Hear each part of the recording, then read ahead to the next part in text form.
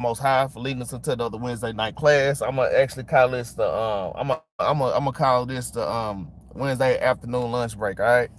I want to do a little class. I want to be able to do class tonight because of new moon. But man, I just I have a coworker, right? And you know, this brother, he's really into the scriptures, man. And the brother got to spitting that Trinity stuff, man. So, you know, y'all know how Israelites are. We learn. So make sure, I'm gonna tell y'all, make sure when y'all at work, y'all are not getting too excited. All right, you gotta watch the people that's around y'all. All right, while y'all having these conversations also, because you can get fired, man. I'm just saying, hey, we have to move wisely. All right, gentle as a dove and wise as a serpent, right? Yeah, but this brother coming with this Trinity doctrine, man, and you know, and I'm just kind of cutting them up. So look, I'm gonna just bring out a few Trinity precepts, man, so y'all can beat that Trinity doctrine. It's easy. It's easy, right? Because you know he gonna bring out St. John chapter 10 and verse 30. You see, the Most High God and Christ is one. Me and the Father is one. All right. And I'm gonna tell you, this brother, he's not very combative. He's actually was kind of humble. You know what I'm saying? But let's go ahead and go there. This is John chapter. Let me see if I can flip my camera around. I'll flip this mug. I can flip it. All right. Go to St. John chapter 10, and let's start at verse 30. All right. I'm gonna start at verse 29. It says, "My Father, which gave them me, is greater than all, and no man is able to pluck them out of my Father's hand." And then it reads, "I and my Father are one." So for a lot of Christians, they'll just take this and just run with it, right? Here come Night Witch up in here, just out of damn nowhere. All right, but it's a lot of shalom, brother Moses. Hey, but it's a lot of Christians that just take this and just run with it. So let's get a better clarification on being one. All right. In fact, let's go to St. John chapter 4 and verse 32. Let's go to St. John chapter 4 and verse 32, man. See if we can just get a little bit clarification on this. You know what I'm saying? Now, you know what? Forget that. Let's go to Judges chapter 20 real quick, Salakia. Let's go to Judges chapter 20, man. Judges chapter 20. All right. Hey, as y'all can tell, this sword kind of new. This page is sticky. Judges chapter 20, and we're going to start at verse 7, all right? Judges chapter 20, and we're going to start at verse 7. It says, "Behold, ye are all children of Israel. Give here," it says, "give here your advice and counsel," right? Verse 8, it reads, "And all the people arose as one man." You see, it says all the people arose as one man. All right, saying, "We would not any of us go to this tent, neither will we any of us turn into this house." Right? So that just goes to show, when Christ is saying me and my Father are one, it's just saying that they have the same mind. All right. They have the same frame of thought. Let's get another precept. Let's get John chapter 17. Let's get St. John chapter 17 and verse 20. All right. We just finna, all I got is 15 minutes. I done already wasted 10 trying to log in. So we don't have much time. All right. Let's go to St. John chapter 17. And we're going to start at verse 20. All right. I'm finna just try to kill this Trinity doctrine real quick. St. John chapter 17 and verse number 20. All right. And it reads right here. It says, neither pray I for these alone, but for them also which shall believe on me through their word, that they all may be as one. It says that they all may be as one. It says, as thou, Father, art in me. You see that?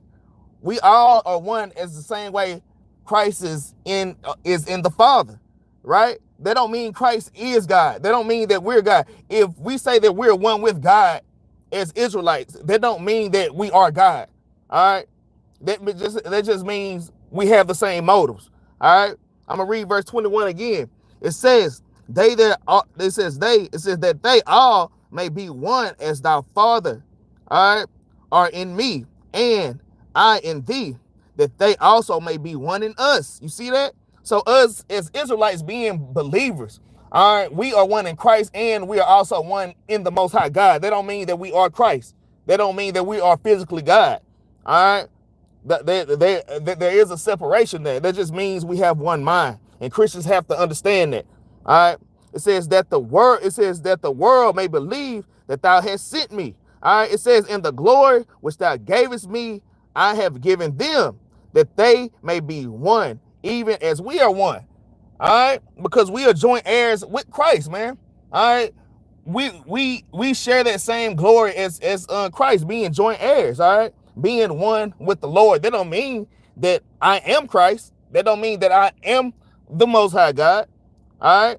Verse 23, it says, I in them and thou in me, that they be, watch this, it says, I in them and thou in me, that they may be made perfect in one.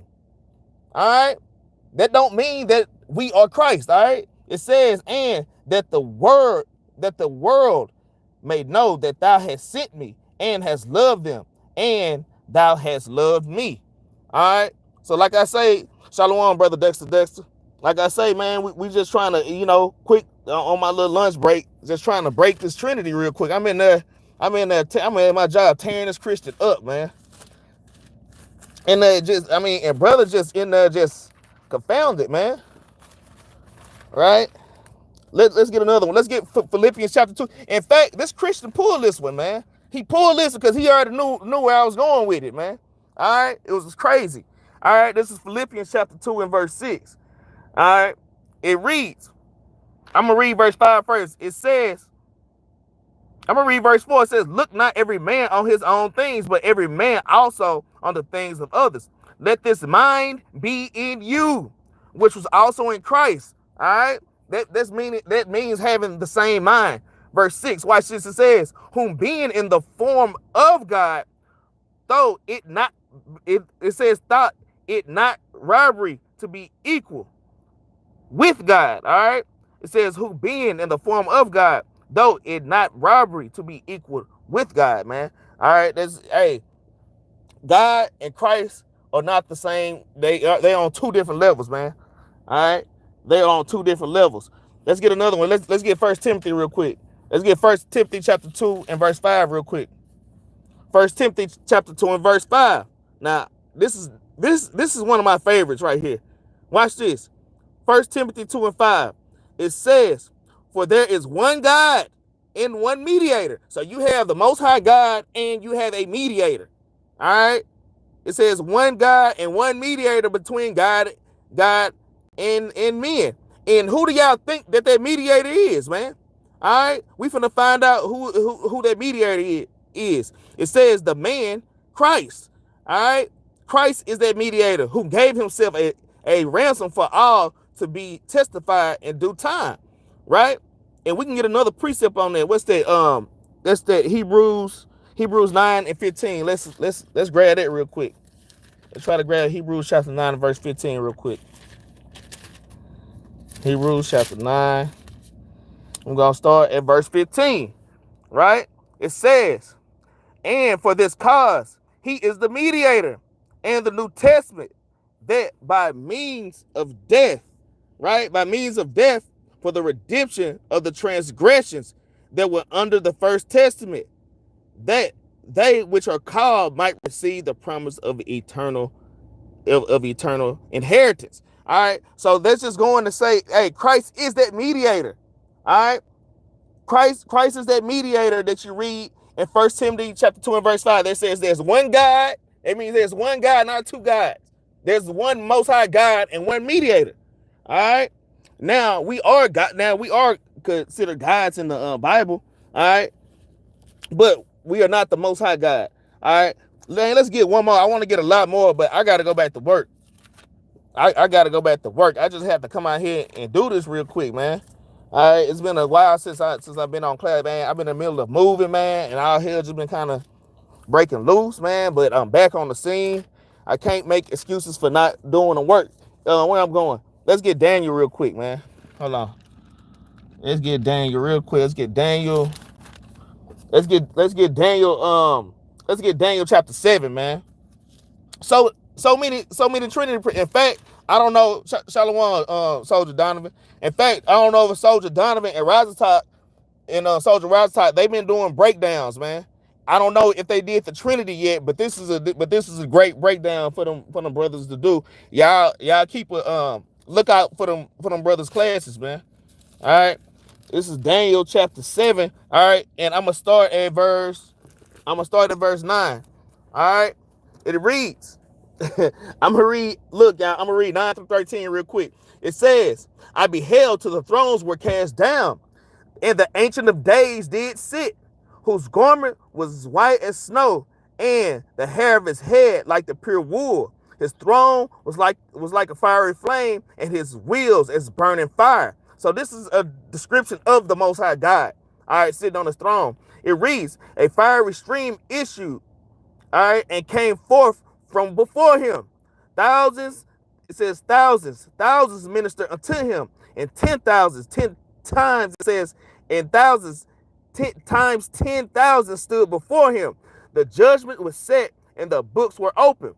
I beheld then because of the voice of the great words, all right, which the horn spake. I beheld even till the beast was slain, all right, and his body destroyed and given to the burning flame. As concerning the rest of the beasts, they had their dominion taken away, yet their lives were prolonged for a season. But this is the point. Verse 13, all right, within the same chapter. So we were just looking at the description of the Most High God sitting on his throne with thousands of angels praising the Lord, all right, and ministering to the Lord. Then verse 13, watch this. It says, "And I saw in the night visions, and behold, one like the Son of Man." Who is the Son of Man? This is Christ, right? "One like the Son of Man came with the clouds of heaven, and came to the Ancient of Days." So you see, Christ is coming to the Father. They not in the same body, man, right? All right. It says, "One like the Son of Man came with the clouds of heaven, and came to the Ancient of Days, and they brought him near before him." All right. So, man, I'm gonna tell y'all, man, this Christianity stuff it's done, man. Man, Christianity is done. It's just is out of there, man. I want to get one more account, man. I really want to get this one. I want to get one last one, man. Let me get I'm gonna get one more real quick. Yeah, I'm gonna be late. My supervisor might say something to me, but oh well. Let me do this work real quick. All right. Let's get Luke chapter 9, and we're gonna start at let's start at verse 30. All right. Let's start at verse 30. This is one I remember Captain Yard had brought this out, I think in Count 101 about a year or so ago, man. And you have to make it make sense. You have to make it make sense, man. All right. So I think this is the first precept that I told to the Christian guy that was in my job. All right. This is the very Salaki, y'all. I got people calling me. All right. This is Luke. Let's go Luke chapter 9 and verse 30. It says, "And behold, that talked with him 2 men, which were Moses and Elijah," because they came to see Christ on the mountain, all right, along with Peter, all right. It says, "Who appeared in glory and spake of his decease, which he should accomplish at Jerusalem. But Peter and they that were with him were heavy with sleep, and when they were awake, they saw his glory, and the 2 men that stood with him. And it came to pass, as they departed from here, Peter said unto Yahushua, Master, it is good for us to be here, and let us make 3 tabernacles, one for thee, and one for Moses, and one for Elias," which is Elijah, all right? Not knowing what he said, all right? While he thus spake, there came a cloud and overshadowed them, all right? So while Peter, all right, Elijah and Moses and Christ are talking, a big cloud came over them, all right, which is a chariot, all right, which is a so-called UFO, all right? It says, while he thus spake, there came a cloud and overshadowed them, and they feared, and they entered into the cloud, all right? It says, and there came a voice of the cloud saying, "This is my beloved son, hear him." And And when the voice was passed, Yahweh was found alone. All right. So just think of that. You got Peter sitting here with Christ. All right. You got this big chariot, the big cloud come over, and he's yelling down, "Hey, this is my son who's well beloved, man." All right. How Christ is standing right here? You got the Most High God right here. Make that make sense, man. All right. How are they the same people? Even when Christ was in the garden, crying out to the Lord, all right, when he was in the garden of Gethsemane, when Christ was crying out to him, paraphrasing, "Lord, if it be thy will, take this cup from me, man." Because Christ didn't really want to go through that affliction like that, man. All right. But he wanted to do the will of his father. He wanted to please his father, man. All right. So if he wanted to do the will of his father, and he is his father, if he didn't want to do it, why didn't he just go through? Why didn't he just not go through with it, with being crucified, man? That's what I'm saying. All right. And even the Christian was saying, man, if Christ wanted to, he could have just called angels and killed all of them. Yeah, but he wanted to do the Father's will, man. I got so many precepts, y'all. I can't even, I can't even, go hard like I want to, especially once I get fired up, like how I'm fired up now, man. All right. So yeah, I just want to give y'all a little lunch break special real quick. I think I'm gonna start doing this. Hey y'all, like it's new moon tonight. You know what I'm saying? Y'all just get prepared for new moon tonight. So I won't be doing class tonight. That's why I did my lunch break special, but I'm gonna start doing lunch break specials every Wednesday. All right. I'm gonna start doing them every Wednesday. I want to do them every day. I'm starting to think of, but I ain't gonna do that. I'm gonna do them every Wednesday, and then I'm gonna do my regular Wednesday night Warriors class in the evening at around 8 p.m. All right. So let me get a quick loud real quick. Let's get a quick loud. Let's get a quick loud, man. Let me see. Salaki, y'all. Hold on. This new Swizzle is sticky. I've been trying not to rip the pages in this mug. You know what? Let's get something simple, man. Leviticus 19, and we're gonna start at 17, man. Leviticus 19:17. This is the royal law, man. All right, this is the royal law. Leviticus 19, verse 17. It says, "Thou shalt not hate thy brother in thy heart. All right, thou shalt not in any wise rebuke thy neighbor, and not suffer sin upon him." So I'm kind of in here in my job, kind of schooling this brother. I don't want him to continue in this sin. All right, but you have to go about these things in the right way. All right, brother has a very humble spirit. You know what I'm saying? Y'all have to learn how to do certain spirits out here too. Y'all, you don't want to get in trouble at damn Esau's workplace. All right. It says, "Thou shalt not in any wise rebuke thy neighbor, nor suffer sin upon him," man. All right. So you see your neighbor going off, man, and you see they don't have the understanding, man. You see him falling into a pit, him or her falling into a pit. Hey, y'all got to kind of lift y'all brother or y'all sister up out of that pit, man. All right, let me read 18 anyway. It says, "Thou shalt not avenge nor bear any grudge against the children of thy people, but thou shalt love thy neighbor as thyself. I am the Lord." All right. And with that, I got to get back to the damn plantation, and I'm going to say shalom, shalom.